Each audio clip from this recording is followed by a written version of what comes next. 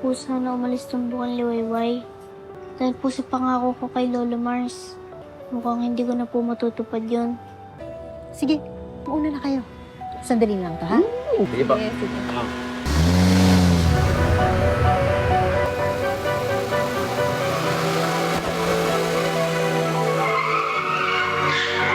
Bilib din naman ako sa fighting spirit mo. Kung ako sa'yo, sumama na lang sa aking partido. Para sure win ka. Bakit kay mamay po ito nangyari? Mapait naman po siya.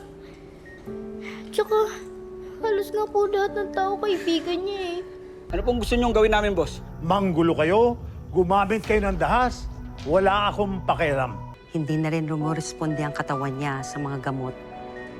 May posibilidad na magka-multiple organ failure ang pasyente.